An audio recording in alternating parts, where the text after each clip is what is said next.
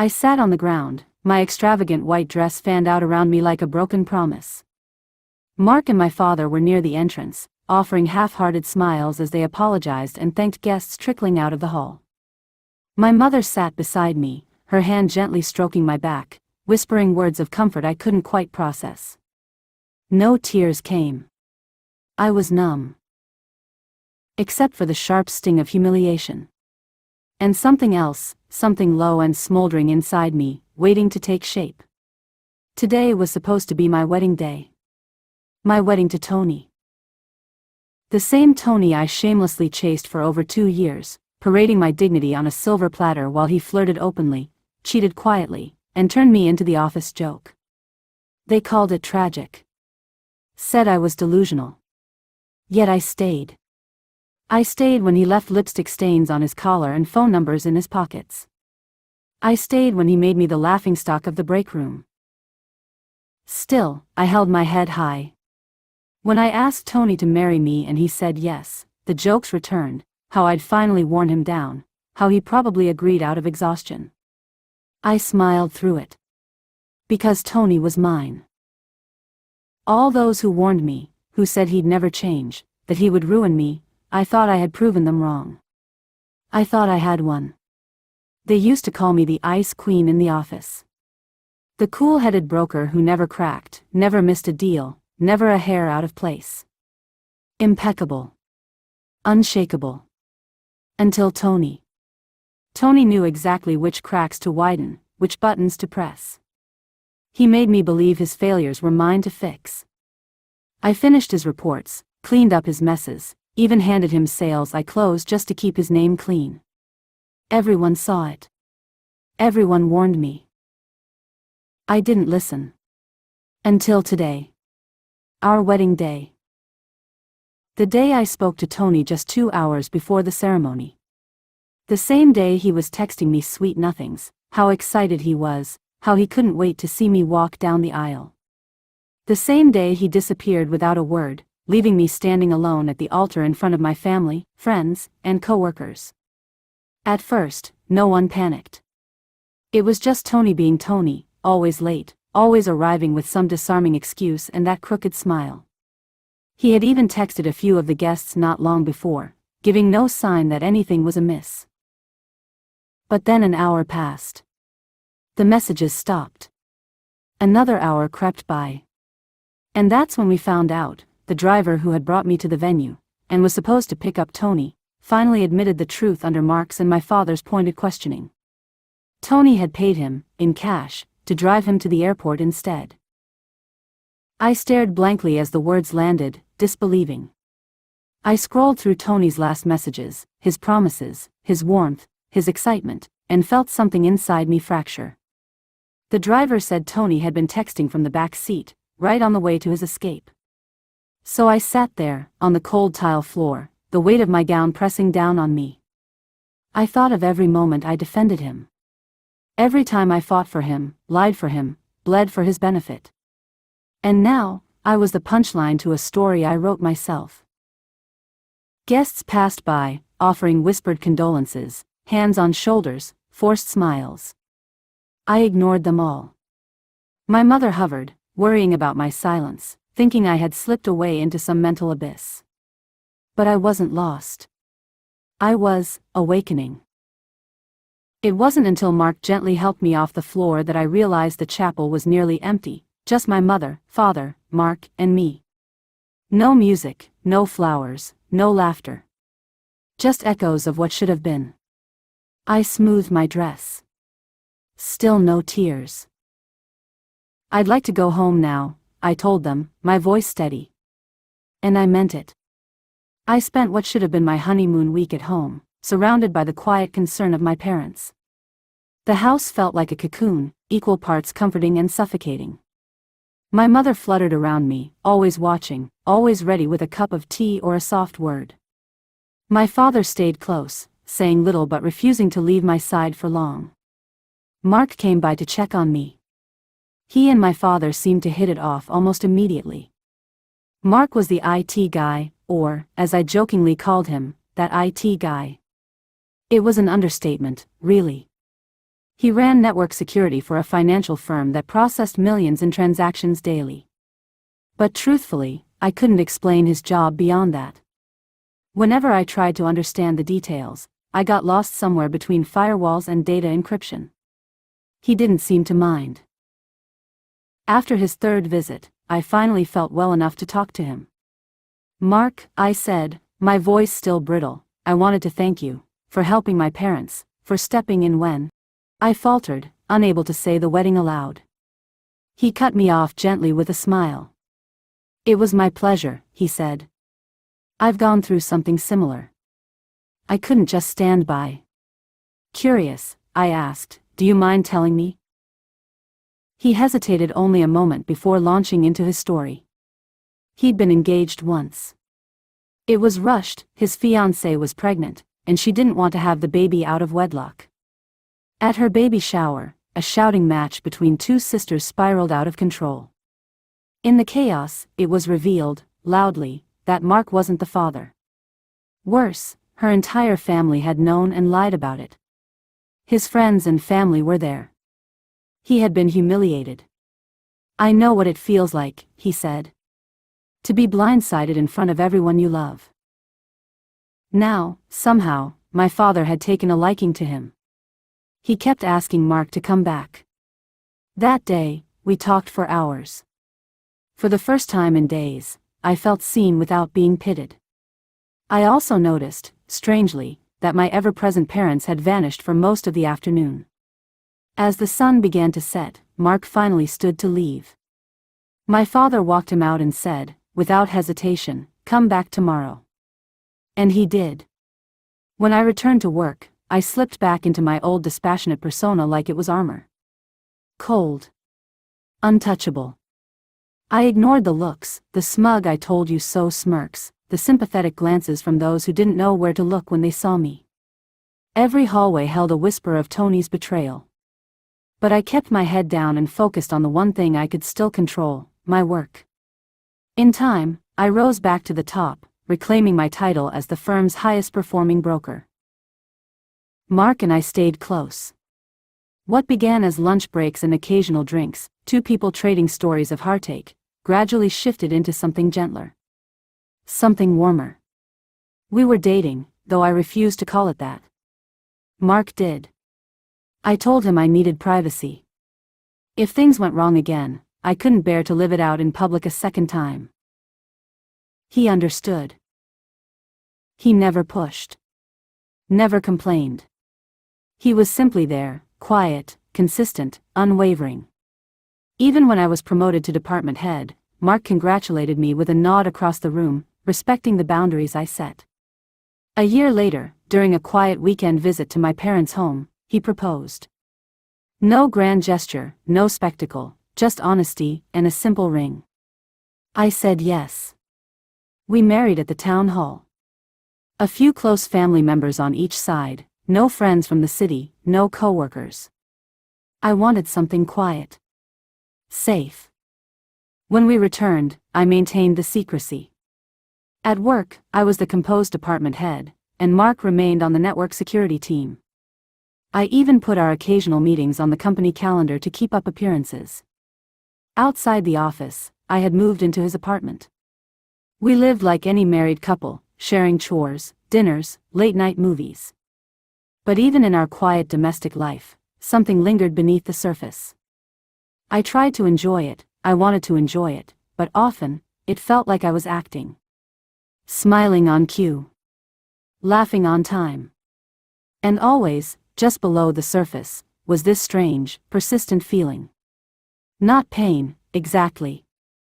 More like a song you can't quite remember. A familiar melody that slips through your fingers every time you try to hold it. I loved Mark. But something I couldn't name, was still holding me back. One day, while casually scrolling through social media, a suggested friend popped up, one of those, people you may know, suggestions based on mutual friends. And that's when I saw him. Tony. He was smiling in his profile picture, arms wrapped around a woman I didn't recognize, their cheeks pressed together like a postcard from some blissful life I was never invited to. My heart stopped. I stared at the image for a long moment, as if sheer focus could will it into something else, something harmless.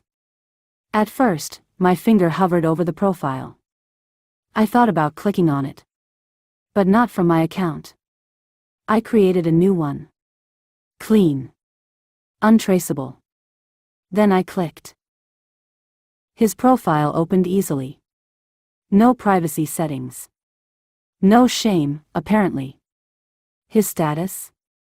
Married. I blinked, reading the word again. Married. The man who abandoned me on our wedding day, vanished without warning, was now someone's husband. Just like that. He now worked at a rival brokerage in another city, clearly thriving. I scrolled through photos, cheesy couples selfies, wine dates, sunny afternoons in parks. And then wedding pictures. The ceremony looked eerily similar to what I had once planned for us. Same style, same color scheme. It felt like he had taken my dreams and repackaged them for someone else. The ache that had quietly lived at the base of my spine for years surged forward, sharp and undeniable. I clicked on the woman's profile. Sarah Harris. No, Sarah Weston, she had taken his last name. Her page said she worked at an insurance company and was part of a professional women's networking group. According to her timeline, she'd met Tony at a conference, during the exact time he was still dating me. I joined the group.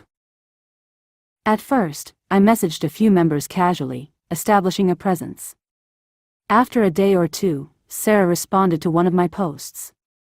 We started chatting, small talk at first. She told me about her job, her dreams of starting a family, and, of course, Tony.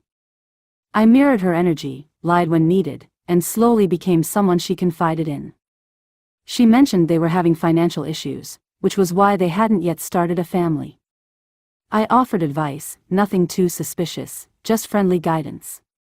Bit by bit, she trusted me more. Mark was thrilled at first. He was happy I'd made a friend, even if it was online. Outside of work, he was the only person I really spoke to, and we lived a very quiet, almost invisible life. I still wasn't ready to make our relationship public, and he accepted that. But as time passed, my connection with Sarah began consuming more of me. I came home and immediately checked messages from her. I spent evenings chatting with her, often ignoring Mark until it was time for dinner. We argued, gently at first. He was cautious, careful not to push me too hard. He knew I had shut down after the wedding disaster, and this was the first time I had reached out to someone. Still, the distance between us widened. A year passed. Sarah's financial situation had improved significantly, thanks to me. Or rather, thanks to the anonymous advisor she knew only through a screen. She messaged me with excitement one evening. She and Tony had decided to start trying for a baby. She was glowing in her texts. I felt nothing. Or maybe not nothing. Maybe it was something heavier, colder. A weight in my chest I had learned to carry so well I often forgot it was there. But that night, as I read her message again and again, I realized it wasn't just the betrayal that had never healed. It was that something inside me had started to shift. Things with Mark were strained, not terrible, but definitely not good. It had been nearly 2 years since our secret marriage, and I could see how the silence was wearing on him. Not being able to tell his friends, to hold my hand in public, to kiss me without glancing over his shoulder, it was draining him. I watched it happen little by little, and though we still talked, still laughed sometimes, I couldn't shake the feeling that I wasn't the only one pretending everything was okay. One night, I went to him, looked him in the eye, and said, "I want a baby." His reaction wasn't the one I'd hoped for. His face shifted, surprised, then hesitant. It hurt more than I wanted to admit. Mark had always loved the idea of having children. When we first got together, it was all he talked about: soccer games, bedtime stories, tiny sneakers by the door. But that had faded, just like everything else between us. And now, when I gave him what should have been a joyful moment, all he gave back was worry. "Alice," he began carefully, "having a child is a big responsibility. We still have things to. Still have what? I cut in. You still hiding our marriage as some shameful secret? So what, you don't think I'm good enough to have your child? What? No. That's not what I meant. Then you don't love me. I said it fast, not giving him time to think, to find the words that would make sense of his hesitation. Alice, he said, trying to calm the waters, that's not what I'm saying. I just think, we should be comfortable being open about us first. It doesn't feel right, hiding everything and then suddenly bringing a baby into it. I leaned into him, softened my voice. Then let this be our announcement. It's not like I'll be able to hide it forever. I touched his arm. I don't care what anyone else thinks about us, Mark. I only care about you. But if you're so concerned about appearances, fine. We'll announce it when the baby is born. Before he could respond, I kissed him. Deeply. Purposefully. I moved things forward so quickly he wouldn't have the chance to retreat. I knew that wasn't what he was saying, not really. But one thing I learned from Tony was how to bend a conversation until someone forgot what they were trying to say in the first place. A little misdirection, a little emotional push, and eventually, the idea you planted becomes their own. Stick before the carrot. Do it enough, and the person starts believing the stick was a guiding hand all along. The renewed intimacy covered up the cracks. Where Mark once said I felt distant, the bedroom became the bridge. Where Mark once called me cold, our time in bed now drowned out what words could not fix. Passion became our shared language. The distraction we both needed. And for a while, it worked. At least enough. 6 months later, Sarah messaged me. She was pregnant. 5 months after that, so was I. Sarah announced Tyler's birth with a flurry of social media posts. I saw them all, Tony cradling the baby, their parents gathered around with beaming faces. They looked happy. It made me sick. I never told Sarah I was pregnant. That part of my life wasn't hers to know. But having Kevin, it was exactly what I needed. What we needed. When Kevin was born, I broke my word about announcing our marriage. Mark and I fought, loud, sharp words, but a visit to our parents, followed by the usual cooing over the baby, smoothed things over. Mark calmed down. He always did. I also noticed something else. The more I let Mark take care of Kevin, the less time he had to complain. Which was fine by me. Mark was an excellent father, he handled everything in the house, doted on me and Kevin, and genuinely seemed to enjoy it. I wanted to join in. I wanted to feel that same joy.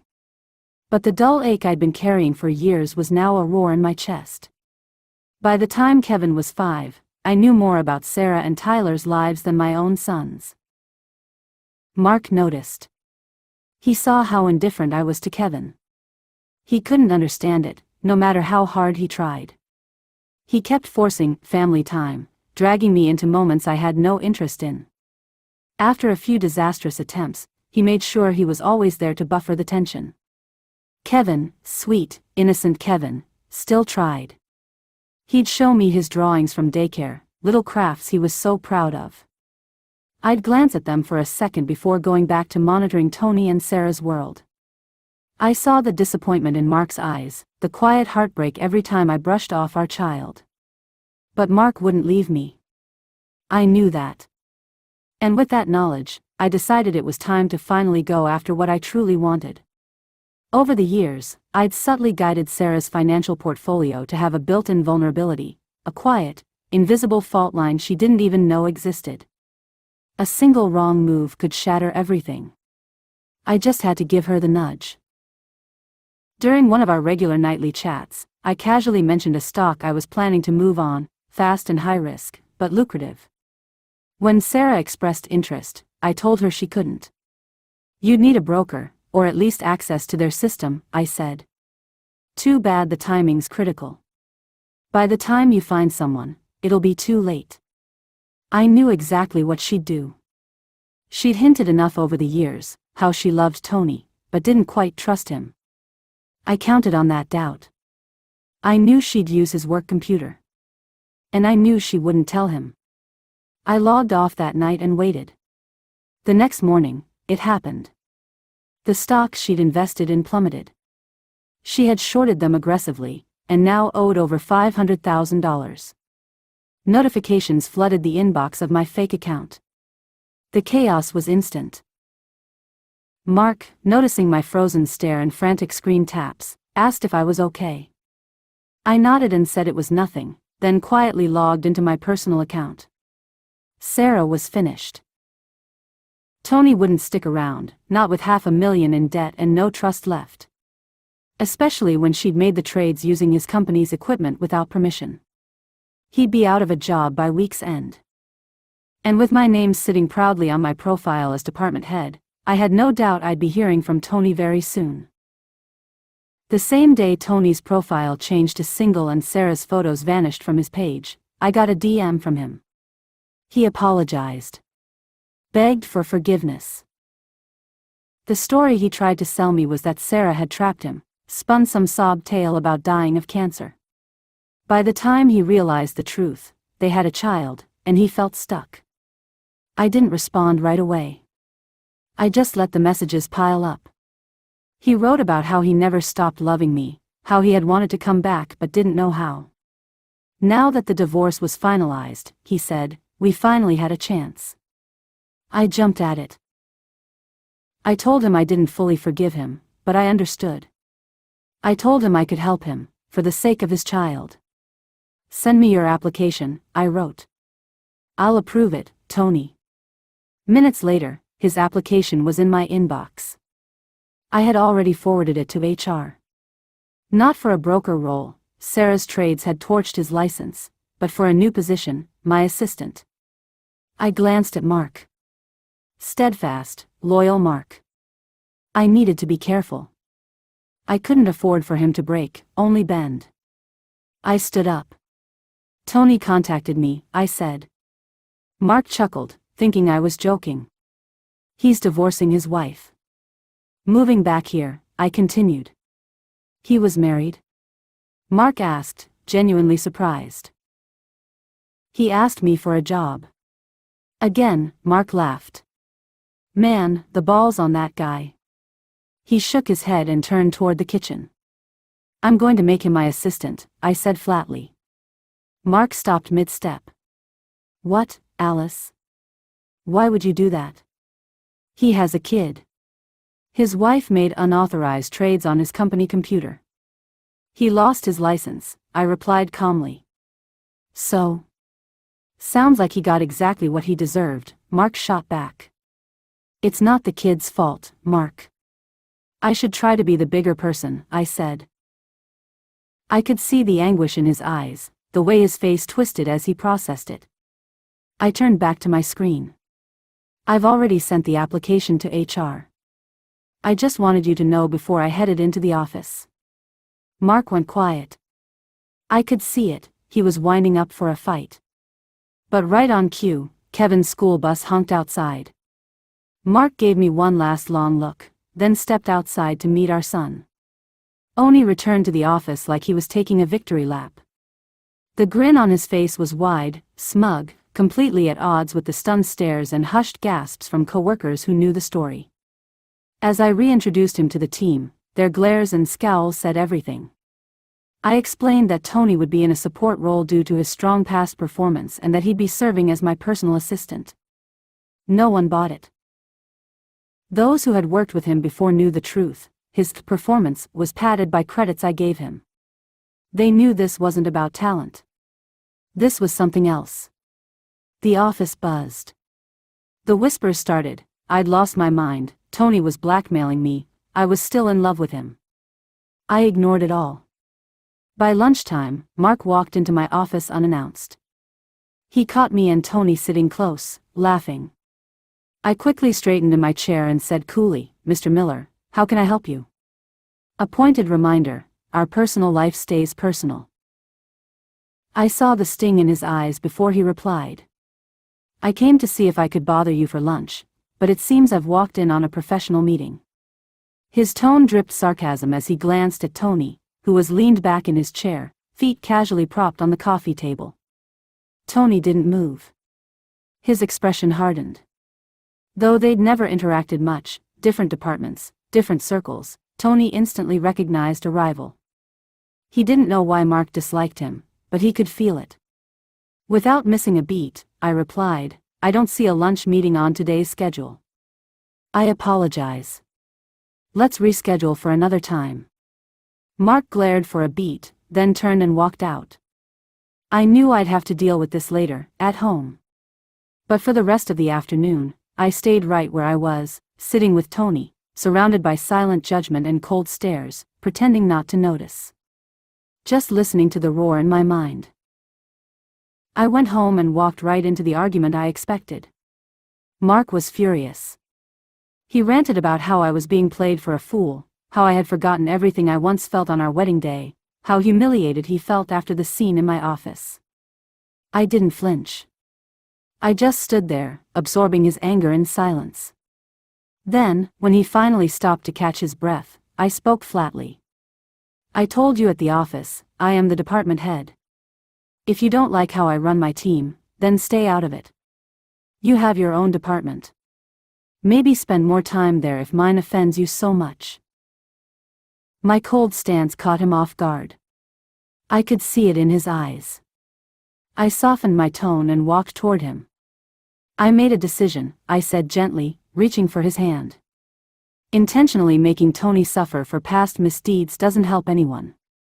I let my fingers trail down his arms, speaking softly. "I know why you feel like you do, it's because you love me." He didn't respond, just looked at me warily. "But now," I continued, still calm, "you're the one bringing our home into the office. And the office into our home."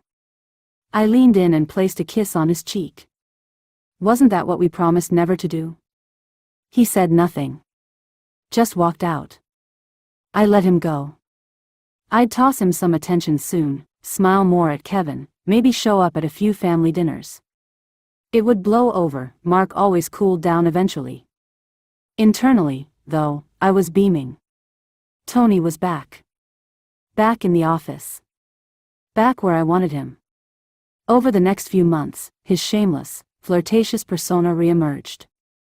Everyone who knew the backstory filled in the newer employees, whispering their warnings, their judgments. I didn't care. I made no effort to hide my favoritism. Tony barely lifted a finger in his role, yet he was included in the commission bonus package, something no assistant had ever received. He spent hours in my office under the guise of meetings, where we were clearly just laughing, talking, enjoying each other. The whispers turned into stares. The stares into resentment. But no one dared say anything out loud. My numbers were still the highest in the division. My office was still top of the board. The newer employees began to take notice, not just of Tony's charm, but of his growing influence. They started currying favor with him, slowly feeding into the office dynamics I'd constructed around him. I made sure he knew, I was the one making all this possible.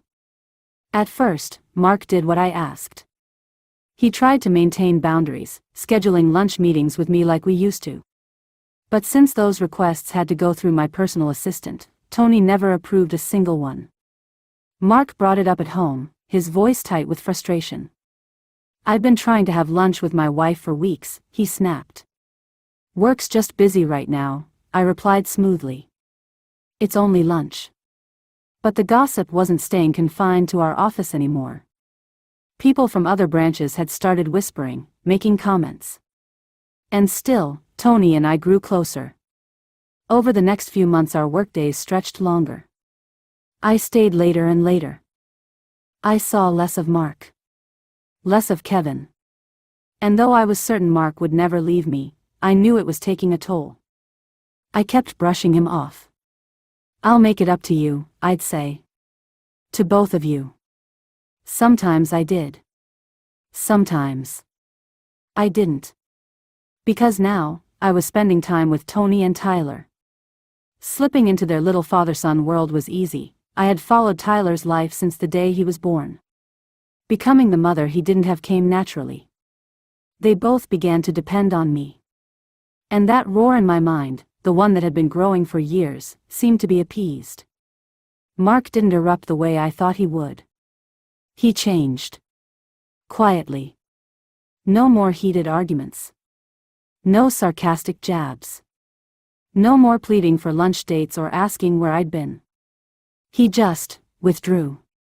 He moved from the master bedroom to the guest room right next to Kevin's.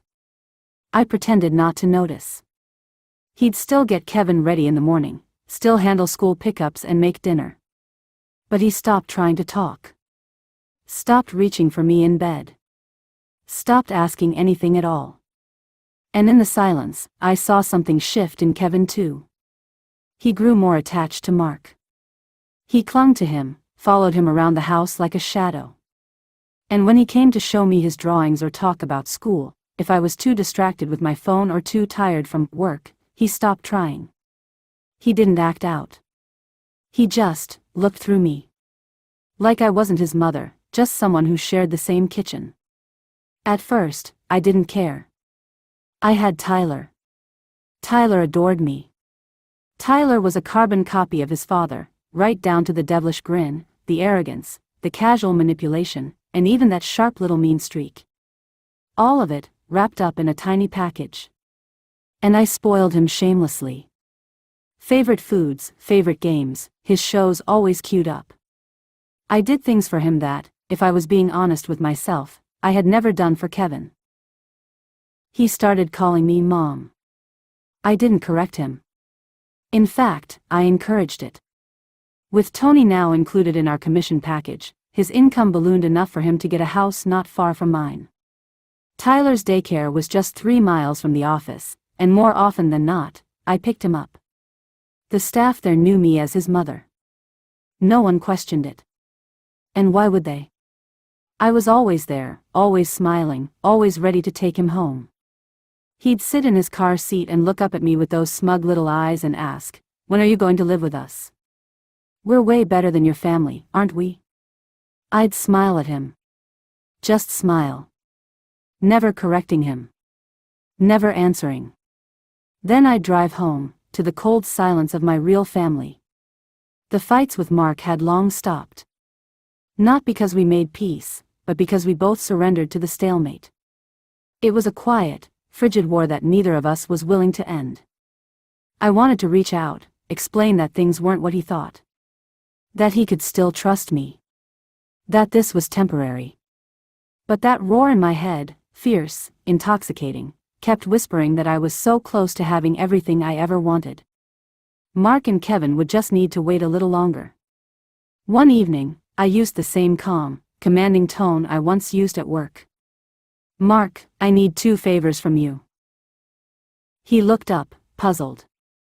Our conversations had long since drifted from favors. At home, we spoke in logistical bullet points. At work, we didn't speak at all. I set down a sleek box in front of him. A top-tier laptop. "I need this configured to make trades. All transactions should be recorded and routed to a secure server in case they need to be reviewed." He started to wave me off. "Everyone gets a company-issued laptop. Just request one through IT. I'm sure your assistant can handle that much," he added, voice edged with disdain. I crossed the room slowly and touched his arm, lightly, in a way I hadn't done in months. I hesitated, choosing my words carefully. "I want to start working from home a few days a week. Spend more time here. With you." His eyes searched mine. I could tell he didn't know whether to believe me. And who could blame him? I'd made and broken so many promises over the last year. But Mark was someone who wanted to believe. If there was even a sliver of hope, he would cling to it. He picked up the laptop and disappeared into the bedroom. "Give me a few hours," he muttered before closing the door gently, but firmly, in my face. I understood the sentiment. I had been cold. Distant. Dismissive. But his politeness now cut deeper than any fight we ever had. Hours later, there was a knock at my door. Another small reminder of the distance between us. We knocked now. Like roommates. Come in, I said. Mark stepped inside and placed the laptop on the bed without a word. He was about to leave again when I said softly, "The second favor, Mark." He turned back, expression tired. "What is it, Alice?" "We're opening a new office in Boulder. I recommended you to lead the setup." He blinked, confused. "What? Why me?" I didn't answer that directly. The entire project should take no more than 5 months. "I spoke with your department head already. He said it's your call."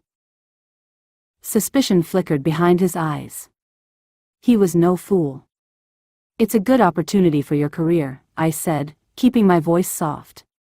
"And it would give me some time to reconnect with Kevin. I know there's work I need to do there." That part was true. Mark was a family-first man. That was the one thing I could always count on. Even if he was unhappy in the marriage, even if he no longer trusted me, he wanted Kevin to have both parents. If I showed even the smallest sign that I was trying to rebuild that bond, especially with our son, he'd move mountains. He stood there for a long time, weighing it. Then, with a slow, resigned breath, he said nothing. But I could tell. I had him. When Mark told Kevin he'd be going away for work, our son was nearly inconsolable, not just because he would miss his father, but because he didn't want to be left with me. Over the last year, we had become strangers. Kevin no longer came to me with his problems or joys. It was always Mark. I couldn't even remember the last time he had called me Mom without prompting. He cried and begged to go with his father, screaming and pleading as though staying with me was some cruel punishment. And I understood. Deep down, I knew I had failed him. I'd known I would need to rebuild our relationship, but I hadn't realized just how far apart we had grown until I saw the look of terror in his eyes at the thought of being left alone with me. In the end, Mark took him. They left the next morning after a brief, distant goodbye. No hugs. No warmth. Just a door closing, and the silence that followed. That same day, I went to work and asked Tony to forward the onboarding email with credentials for the new brokers. I also handed him the laptop Mark had configured, the same one I had told him was for my work-from-home transition. Tony beamed with pride, showing it off to anyone who would glance his way. I smiled and said, "Let me review the email before you send it." I invited him into my office. We laughed and talked for a while. Tony had become bolder lately. At first, our relationship wasn't physical. It had strayed from professional, yes, but I made my boundaries clear. Tony was more than fine with that. There were plenty of willing women in the office if he needed something else.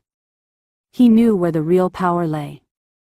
But over time, he began testing those boundaries. A little touch here. Whispering too close to my ear. An arm around my shoulders when we were watching a movie at his house, or a late-night foot massage. He was playing a long game, convinced he was wearing me down. And I let him believe it. When he stepped out of the room briefly, I made a single change to the email he had typed, just one.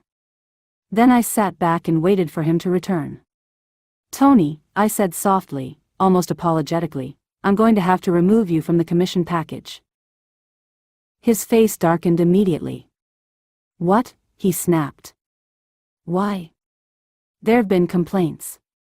It's reached the higher-ups. I don't have a choice."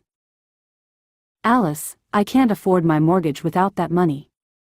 I'll lose my house," he growled. "Who the hell is complaining?" He stormed to the window, eyes scanning the office. I stepped closer, lowering my voice to a purr. As compensation, I whispered near his ear, "I've decided to spend more time with you and Tyler. Outside of work. Maybe even stay at your house now and then. I could help with the mortgage too, since I'd be living there." I gave him a coy smile. His anger melted away instantly. He was about to wrap me in an embrace before my look reminded him of where we were. He straightened up. "Now please," I said, "send that email." With Mark and Kevin gone, I kept my word to Tony. I became the perfect stand-in mother for Tyler. I attended parent-teacher meetings, took them both to movies and ice cream parlors, spent weekends at parks. I stayed late at the house, waiting for Tony to fall asleep, or for him to hop in the shower, then I'd make quiet trades on his laptop, never drawing attention. That email he sent out with broker credentials? One of those accounts didn't belong to a real person.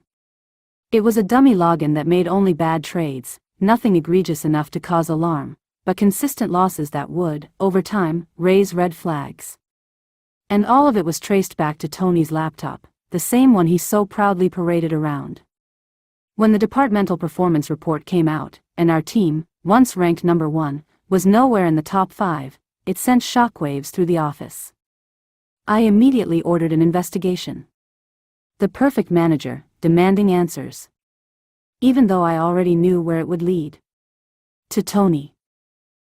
He denied everything, of course. But no one believed him. The circumstantial evidence was too strong, and I acted as though I was devastated. Tony, I said, tears in my voice, after everything I gave you, you would make unauthorized trades? Do you know how this makes me look? He protested, pleaded. But it was too late. By the time the police arrived, it was over. Later that day, Tyler's daycare kept calling, neither Tony nor I had picked him up. I silenced my phone and smiled. That roar that had lived in the back of my mind for years, the one I had refused to name, finally went quiet. Rage. That's what it had been. Rage for Tony. A smoldering, bitter fire that I let destroy everything. For that, I had forsaken my family, alienated my son, and betrayed my husband. But now it was over. A month later, I waited at the house for Mark and Kevin to return. Everything would be different now. That consuming fury was gone. I could be present. I could be the mother and wife they expected. When the door opened, I saw not only Mark and Kevin, but my parents. Everyone wore solemn expressions. My mother took Kevin to his room. Mark and my father sat down at the kitchen table. I filed for divorce, Alice, Mark said flatly, sliding the papers toward me. My father didn't speak, but the disappointment on his face said enough. Mark, I know things haven't been good, I began. But I promise I'll change. Not just for you, for Kevin too. Mark didn't respond. He just reached into a folder and placed it on the table. It was everything. Messages Tony had sent him over the years. Suggestive pictures of me sleeping at Tony's house. A video of me at Tyler's school claiming to be his mother. Photos of us at outings, activities I had never done with Kevin. No, Mark, I said desperately. It's over now. We won. I promise you, I never touched Tony. Then I confessed it all. How I had orchestrated Sarah's downfall so Mark would be forced to return to the company. How I'd made him dependent on me, setting him up for a fall that could have ended in prison. How I left Tyler at daycare knowing Tony wouldn't be able to retrieve him. All of it. Every piece of the plan. The revenge. I heard my mother gasp. Mark and my father looked at me like they were seeing a monster. They all left me in the living room. Couldn't they see? The monster, Tony, was defeated. We could finally move on. My father returned after some time, placing the divorce papers in front of me. Sign them, baby, he said. Come home with us. He couldn't even look me in the eye. Mark told us everything. The way you treated Kevin, the pictures, his voice trailed off, choked with pain. Mark re-entered quietly. Alice, I failed you, he said softly. I didn't know how deep this ran. But you just admitted to framing two people, and abandoning a child. He paused, eyes filled with sadness. I can't let you be around Kevin. Please sign. I won't say a word. I'll clean up as much of this mess as I can, without getting you involved. A few hours later, after speaking with my parents, I signed the papers and left with them. I took an extended leave from work. Though I knew I wouldn't return. The rumor was that I'd had a mental breakdown, burned by Tony a second time. That was easier for people to believe. Mark sold the house and moved. I don't know where. I still see Kevin when he visits my parents, but he keeps his distance. He doesn't seem to want to rebuild anything with me. My therapist says healing will come, maybe not how I want or expect, but eventually. I got my revenge. The revenge I dreamed of while sitting on the chapel floor all those years ago. But it cost me everything. Now I live with a new ache, this one I can name. It's for everything I gave up to get even.